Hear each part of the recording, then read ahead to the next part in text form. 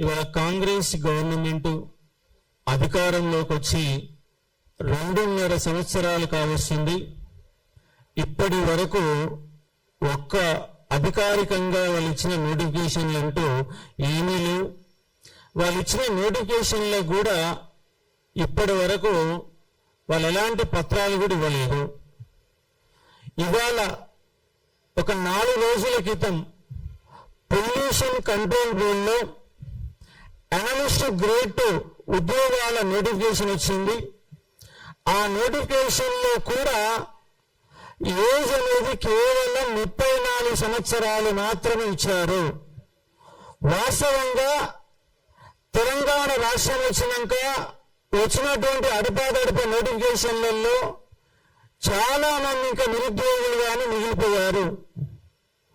ఈ నేపథ్యంలో 2022లో TRS government GO number 42 ద్వారా 10 సంవత్సరాల ఏజ్ లైసెన్స్ ఇస్తూ 34 సంవత్సరాల నుంచి 44 సంవత్సరాలకు పెంచుతూ టిఆర్ఎస్ గవర్నమెంట్ 10 సంవత్సరాల ఏజ్ లైసెన్స్ ఇచ్చింది.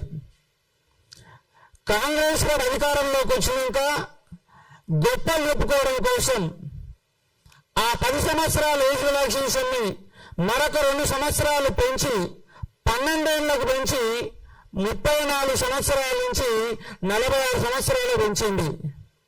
ఆ జియో 2026 ఫిబ్రవరి 8వ తారీఖు తోటి జియో నంబర్ 36 యొక్క వ్యాలిడిటీ అయిపోయినది. జియో అయిపోయి 3 నెలలు అవుతున్నది. ఈలోగా పొల్యూషన్ కంట్రోల్ బోర్డులో నోటిఫికేషన్ కూడా వచ్చింది. వాస్తవానికి ఆ జియో నంబర్ 36ని ఎక్స్టెండ్ చేస్తూ మళ్ళీ పెంచుతూ జియో జారీ చేసి ఆ తర్వాత పొల్యూషన్ కంట్రోల్ బోర్డులో నోటిఫికేషన్ ఇవ్వాలి. కానీ అలా చేయకుండా 34 సంవత్సరాలతోనే నోటిఫికేషన్ ఇచ్చారు. ఇవాళ చాలా మంది వేదిక మీద ఉన్నటువంటి మన విద్యార్థి మిత్రులు ఏజ్ అయిపోయి అప్లై చేసుకోక ఇవాళ సెక్రటేరియట్ చుట్టూ, మంత్రుల చుట్టూ, తెలంగాణ పబ్లిక్ సర్వీస్ కమిషన్ చుట్టూ ఇవాళ కాళ్ళు అరిగేలా తిరగాల పరిస్థితి ఈ గవర్నమెంట్ కల్పిస్తుంది. ఎంత దౌర్భాగ్యం అంటే ఇదే సోమాజిగూడ ప్రెస్ క్లబ్ లో ఇప్పుడు మేము కూర్చున్న వేదికగానే రేవంత్ రెడ్డి ఇక్కడ కూర్చొని రౌండ్ టేబుల్ సమావేశంలో కూర్చొని ఏం మాట్లాడిందంటే, మీరు కేసీఆర్ ఒక్క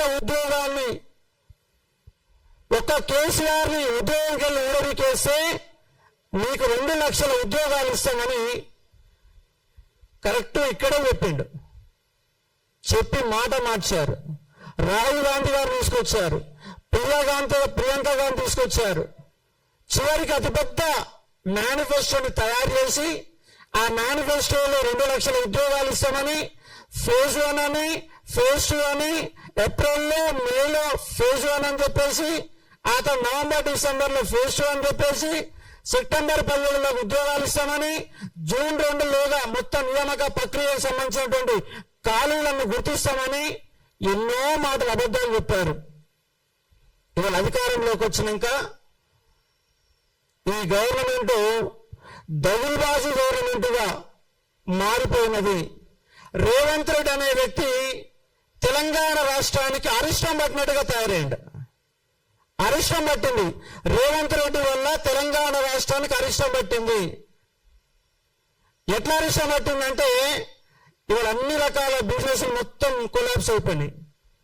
ఈయన రూపాయిని సృష్టించే శక్తి లేదు. డబ్బుల్లో కానీ నోటిఫికేషన్ ఇస్తలేడు, రిటైర్డ్ అయిన వాళ్ళకి బెనిఫిట్స్ ఇస్తలేడు. ఏది లేకుండా అంత గందరగోళమైంది. అందుకే మేమేమంటున్నామంటే,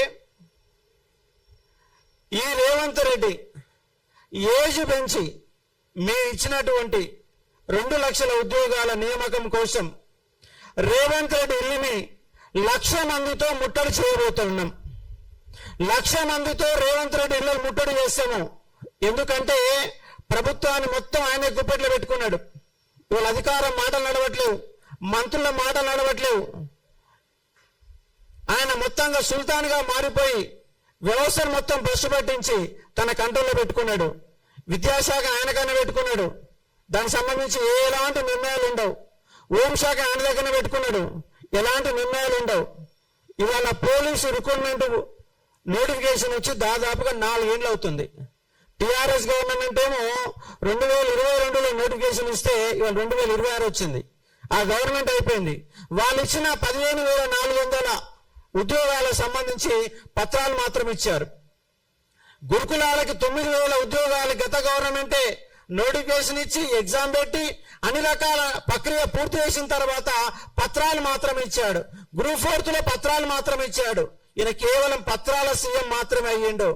వీళ్ళ అసెంబ్లీ సాక్షిగా 968 ఉద్యోగాలు ఇచ్చామని, దానిలో 50,000 ఉద్యోగాలు గత గవర్నమెంట్ జారీ చేసిన వాటికి పత్రాలు ఇచ్చామని, 17,000 ఉద్యోగాలు మేము ఇచ్చామని అసెంబ్లీ సాక్షిగా చెప్పడం జరిగింది.